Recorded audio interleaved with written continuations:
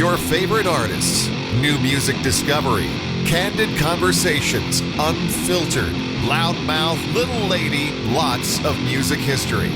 Broadcasting live from New Jersey, it's the Carr Stereo Podcast with Terrie Carr.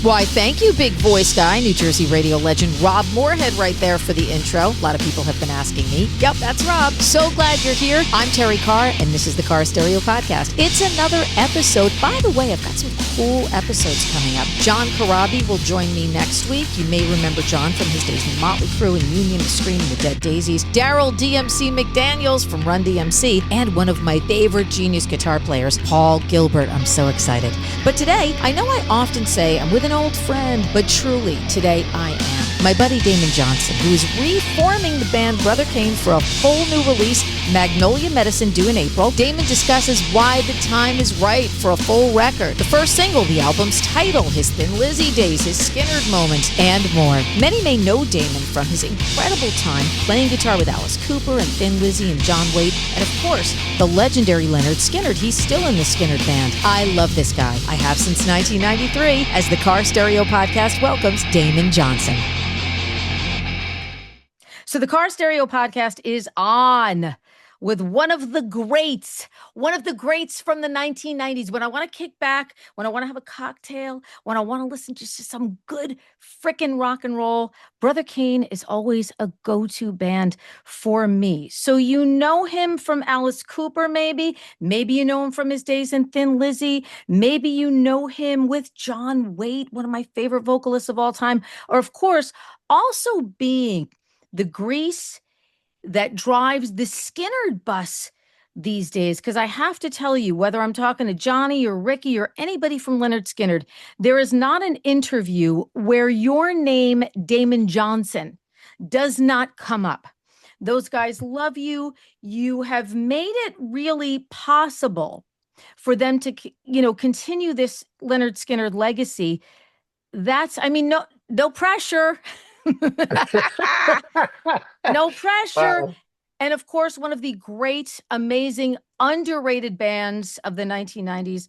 I'm talking about the one and only Brother Cane, and back with new music. And I'm so happy to see you. You look gorgeous. What's going on with you? Terry, good gracious, what an introduction. I know for a fact I cannot possibly live up to all those things that you I've just known said. you since 93. Yeah. For those that are watching the video version of this, I'm cutting away. Damon's like this cool, freaking hippie rock star. I look like somebody on the cast of Friends with this like wild outfit with like buttons. I'm like, what was I thinking about that day? But we've known each other a long time. We've kind of traveled through, sort of the schism of the music business together. And you guys just put out such amazing, incredible music. Got No Shame, and That Don't Satisfy Me, and Full Shine On, A Lie in the Bed I Make, Hard Act to Follow, Bread Maker. It just goes on and Wow. on. Just phenomenal quality, incredible rock and roll. And I'm so excited that you guys are back with a fourth record. Now, we spoke in 2023, and there was some new Yes. music, but not Yes. a full new record. So talk to me about getting the Brother Cane machine back on the trail here. Terry, thank you so much, first of all. Second of all, yes, when you and I spoke in 2023, myself and Glenn Maxey, and then Jared and Tony and Buck, the guys that I've been making music with here in Nashville for over 10 years, we had just kind of dipped our toe back in the water of, hey, we wrote a couple new songs, we put them up on the streaming sites. Let's book a few shows. And that's what we did. We went out and played probably 18, 20 shows. We had a lot of fun. And everybody went back to their other commitments, musical activities, day jobs, whatever. And a lot of credit goes to my manager, Kevin Lee, who I believe you know. He said to give you his regards. He's Kevin, awesome. Great person. Such a good he's, guy. he's wonderful. And he called me out of the blue one day, Terry, and he said, listen, Damon, if you were to roll up your sleeves and make a full length new record, it would be the optimum thing to do to move the band forward. We were all really kind of blown away and very pleased with the reaction we got to those two songs back in 2023. So the magic sauce for me, if we were going to really do it right, not mess around, is for Marti Frederiksen to be involved. Marti Frederiksen, who you know who that is, Terry, but Marti was my main co-writer, collaborator on certainly all the radio hits that Brother Kane had. Got No Shame, Hard Act to Follow, Fool Shine On, Bread Maker, I Lie in the Bed, I Make Machete, all written by myself and the very talented Marti Frederiksen. So, you know, I mean, in a nutshell, I took Marty to breakfast here in Nashville. He said, "What do you want to do?" I said, "I want to do the work, start swinging a hammer." I already had a bunch of ideas, like some good starts on some songs. I said, "Man, I promise you, I'm not going to waste your time. I got a ton of great ideas to get started with." He goes, "Damon, you're my brother. I would love to be involved. Let's do another Brother Kane record." And Terry, I'm telling you, it was like writing like a slow moving, like easy going, just to coast down the Pacific Coast Highway in a convertible, at about 55 miles an hour, no traffic, like easy, easy. And the songs just flowed like water. Um, Proud of myself that I had a lot of stuff to say. I really came to Marty for the first time ever, Terry, in our whole relationship. I showed up with a bunch of stuff.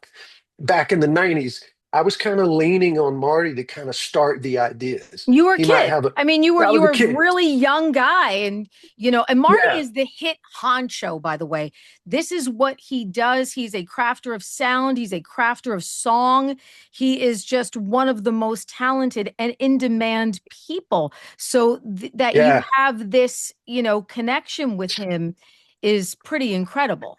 Well, your listeners might appreciate this and you as well. When Marty and I met in 1991, he wasn't that guy yet. I He was I a kid too. I shamelessly take credit that I feel like I kind of discovered Marty before anybody else. And very quickly, Terry, I just remember being so impressed. And, once we kind of got started with three or four ideas, I just said, "Hey, man, you're going to be really successful."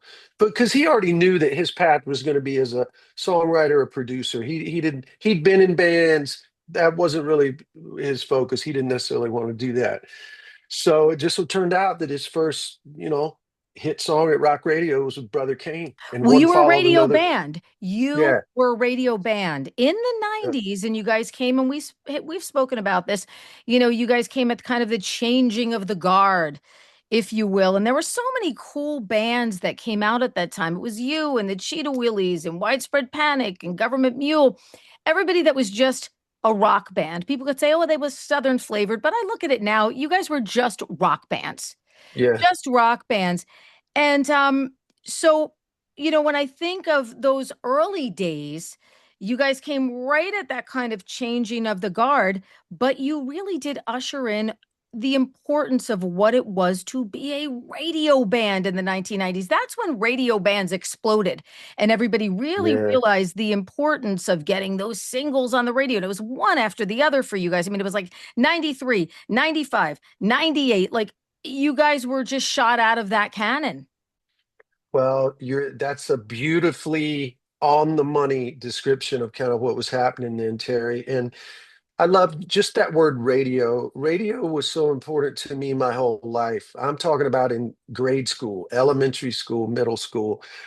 And look, when you do interviews, when you're trying to be cool, like I was certainly trying to be when I met you in the 90s and we're going to radio station do it, and people talk about influences. Of course, we were influenced by Led Zeppelin and Sabbath and Thin Lizzy and Skynyrd and Aerosmith, and of course. But listen, me personally, I was also influenced by Cheap Trick, by Brian Adams on the Songs, radio, song songs, people, song hit songs. songs. I There's mean, nothing wrong with having freaking those poppy, that poppiness of songs in there. Yeah, like even deeper melodic stuff like Badfinger and Jerry Rafferty and just great songs. I mean, the Beautiful Eagles, hooks, all hook that. and melody, all that good shit Yeah. that we love. Yeah, we didn't really talk about that so much because, you're going in to do an interview right after the guys in Stone Temple Pilots, Yeah, you they're don't want to walking talk about out. Baker Street with the saxophone solo, That's right. which is the coolest fucking song ever. I literally had Mark Tremonti, on my show one day, and I said, "What is like one of your favorite?" And he goes, "Baker Street, Jerry Rafferty, the saxophone solo." Like, I love that. So, absolutely, I Yeah, totally know exactly where you guys were coming from, and that's why we got all that beautiful hook and melody. And those Brother yeah. Kane songs, they take me to another place. I put in Well, Full thank you. Shine on. I'm in another place. I'm somewhere else. You come back from me in 3 minutes and 57 seconds. I'm somewhere else when I hear Well, that. Well, Terry, I'm somewhere else when I hear the new song too, because you guys have yeah, a listen, great new song out. Oh, we got so it. We good. got a great new song, If This Means War. The interesting thing about that song, there's 11 songs on the new album. 7 of those Marty and I co-wrote together. A couple I wrote by myself, but If This Means War is a song I wrote with an old friend from Alabama named Milton Davis. Milton deserves really the majority of the credit on this song, Terry. We've been collaborators for a long time as well. I had just started like getting in the weeds, getting songs together. I sent Milton a text one day. I said, "Hey, brother, I'm moving forward on this Brother Kane record. If you've got any rock laying around, send it my way. Hand on my heart. In 7 minutes, I had a MP3 in my email inbox. I downloaded it and hit play, and there was that riff that you hear in Milt If was This on the Means War. case. Milt had it. Milton was on the case. It was a song he'd written a few years back. He had recorded it with a fiery band. I don't even know who it was, but they had a lot of energy. There was a female singing the lead vocal, and her vocal was incredibly high. So the first thing I knew, I'm like, well, I have to change the key. I gotta, I, I Take it gotta find a down, way to make it baby. work. So what happens? What's the first thing that happens when you lower the key? You detune the guitars. They get lower and darker and fatter and heavier. So within the next hour, I had kind of replicated the drum beat, and I started laying the guitars down. And I was like, "Oh, this is awesome!" So before I even sang the first word into the microphone, I'm like, "I have to make this work. This riff is so good. I got to find a way to make this vocal my own." And that's what I did. I wrote some more verses and messed with it, changed it around. So a lot of credit to Milton, and I'm so grateful that he showed up with a great song. The Oh, band, the so band good. flipped out. I sent them all my demo once I got it done. And they're like, "Can we record that like now?" I'm like, "Yeah, we're doing it." So yeah, good stuff. Amazing. Amazing. If This Means Thank you. War, by the way, comes from Magnolia Medicine, which is out on April 17th. So cannot wait for the full Brother Kane record. What I love about what I've heard is, first of all, the guitar tone on Brother Kane records is always very special to me. There's just something about the tone of the guitar. And I love the bass. Brother Kane's like a bass band, man. It's like boom, but a boom, but a boom. That chugging Brother Kane bass. Um, Yes. so who got the tone? Who got the bass? Now, did you work with Nick Raskulinecz on this record? I did not work with Nick on this On record. this record, okay. Yeah, Nick, I've done 3 solo records Yeah. with. Now, who did the production on this one? This was Marty, All Marty Marty. Frederiksen. All Marty. Marty produced Wow. the record, and check this out, Terry. His incredibly talented late 20s son, Evan, engineered the whole record. He Wow. was there for everything.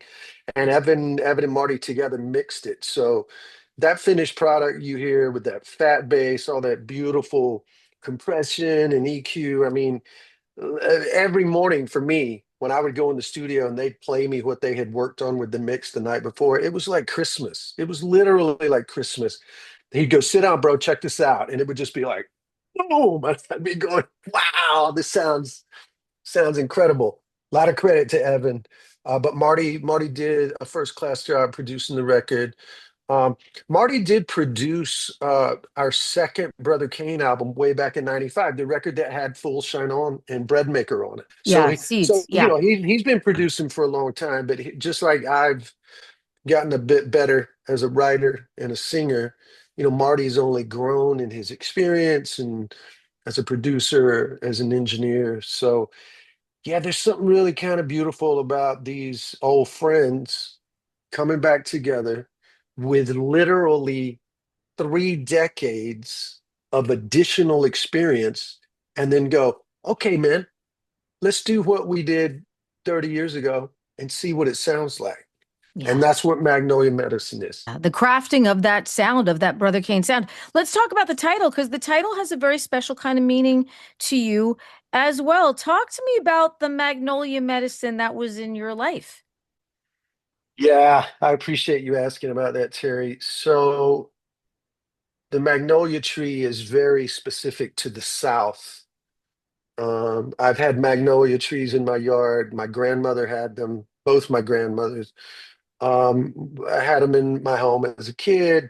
So my wife Linda and I, we moved to Nashville 2013. We bought this single small magnolia tree. We planted it in our backyard. We don't have a big yard, but it's cool, right? So last year, as we're working on this Brother Kane record, I was working in my yard and I noticed that this little magnolia tree looks completely dead. All the trees are starting to sprout, blooms, and I was like, oh man, we've lost that tree. I'm not Mr. Horticulture guy in Me any way, neither. but I was like, that tree it looks dead.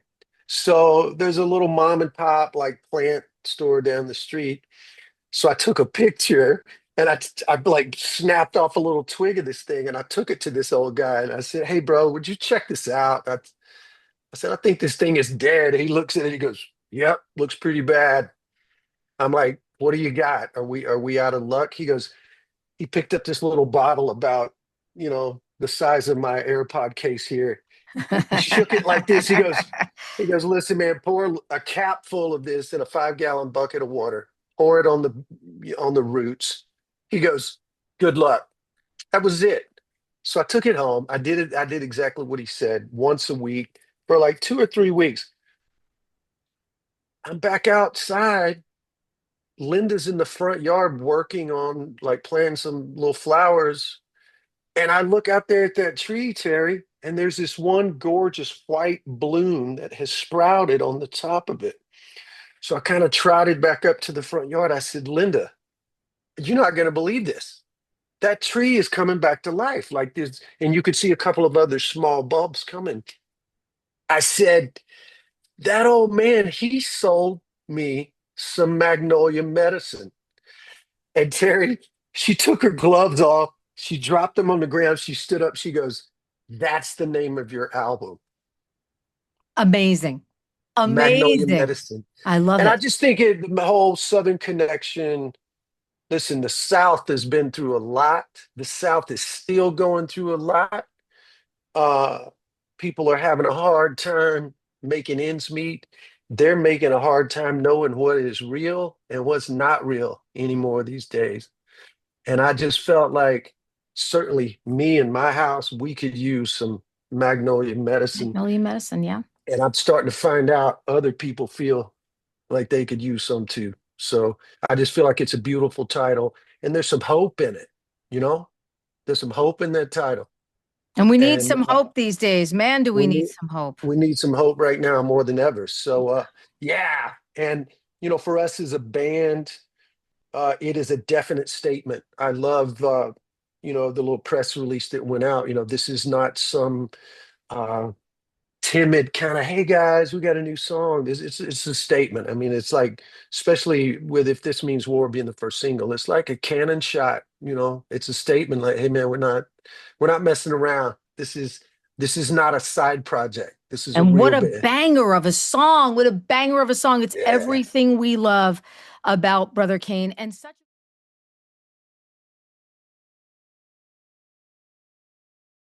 We so need some Magnolia Medicine in our lives. So before I let you go, I have to have you tell me Mhm. a couple things that I always wanted to know. And I said, when I get Damon again, I am going to ask him a couple of these questions. So bear with me. I'm going to hit you up and just give me a few things that come to mind. So when you're Yeah. playing with Lizzy, when you're playing with Thin Lizzy, what's like the one song during the Lizzy set where you are so lost that it's almost impossible to bring you back? Oh, wow. Well, I'm pretty proud to say that I don't know that I've ever thought I was lost. There have been a couple of guitar solos. In particularly, there was one run of shows we did, Terry, where we did um, a song off of their final studio record.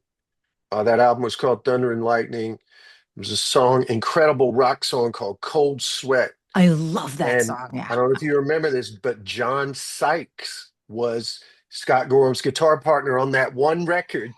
And John Sykes played guitar out of his shoes all the time. Just people in our world know how great John was. The average guy off the street, they know the Clapton and Page and Van Halen and stuff like that. Sykes was as good as all those guys. Phenomenal, And just amazing. it, I've had artists in studio like a Miles Kennedy, and I'll say, pick anything off the wall that you want to hear. And he'll always, let's do a Blue Murder. Like he just, such a John Sykes fan. And John had everything. I mean, he was so gorgeous and like just the quintessential, most amazing, amazing he had rock it star. all. Yeah. I'm a pretty good guitar player, Terry. It's hard for me to pull off that solo in Cold Sweat Okay. by the late great John John Sykes. Sykes. So Okay. I would have to, it felt very like a professional athlete. Like, all right, here it comes. Take a deep breath. Just try to lock into where the one is. Let's go. And I'd give it my best. I love it. I love it. Yeah, All right, a yeah. great moment on stage for you with the Skynyrd Boys when you first started, when you really felt like, you know what, I'm in the pocket here with these guys. These guys are my brothers. I'm not trying to impress. I don't feel nervous. I really feel like I'm part of this band. Yeah, I mean, certainly they all made me feel super comfortable from the outset. And equally important, Terry, the Skinner fan base made me feel really comfortable. And I'm eternally grateful for that because, for 50 years, 50 years, there had been one guitar player standing on stage left the entire Skinner history. And now that person wasn't there, and I was filling that spot, playing that role. So I do remember pretty quickly I was able to settle into the music. I do think my experience, within Lizzy and Alice Cooper and all of that stuff definitely helped me. So there wasn't any nervousness as far as being on the big stage in the big room. I had such reverence for those songs. And I just remember there was a night in that first run of shows, probably 10 or 12 shows into it, Terry, where we were playing Tuesday's Gone. And something kind of clicked for me. I just went, hey, there's no more beautiful way for me to honor my guitar hero and my friend Gary Rosington than to be playing his parts with this level of reverence. Um, I don't know, it was just something really special. And I made eye contact with some people in the first 5 rows, and it's almost like they felt it as well. Yeah. And we were all looking at each other like, oh, okay, okay. This is not only happening, this is beautiful. This is as it should be. I don't know, everything just felt right. That's an incredible question you just asked me. And that's a proper answer to it, you Yeah. know? There's And that something very first run of special shows. about that song. I can be listening Yeah. to it and I'm fine, I'm fine, I'm fine. And all of a sudden, there's something in it that clicks with you and the emotion comes out. When you watch his last performance, at the Ryman, it's just, it gives you like chills and goosebumps and everything else, and you get the lump. There's no way not to get the lump. No doubt about it, Terry. There's other songs obviously that occupy a bigger piece of real estate in the average fan's mind. Sweet Home Alabama, Freebird, Simple Man, especially those Yep. three. But Tuesday's Gone is kind of right there next to them. Yeah, So it's just, it's an honor. It's just an honor for me to be playing with those guys. What do you remember most about being on the Van Halen tour? Yeah. The Balance tour. How fun was that for you guys? So many things. It was incredibly fun. We were so excited when the call came in and we got these dates. My first memory is that first show, Terry. We played with him in Dayton, Ohio. This was our second record, but at that moment, it's still in a van and a trailer. So we drove to Dayton to do this first show. We got on a tour bus a little bit later, but we got to that very first venue. And as we would do every day, you pull in, you go straight to catering. Everybody's always hungry. So we went straight to catering. Their amazing tour manager, Scotty Ross, who I keep in touch with to this day, he came over and introduced himself to everybody. He said, "Damon, I understand you're a big fan of Eddie's."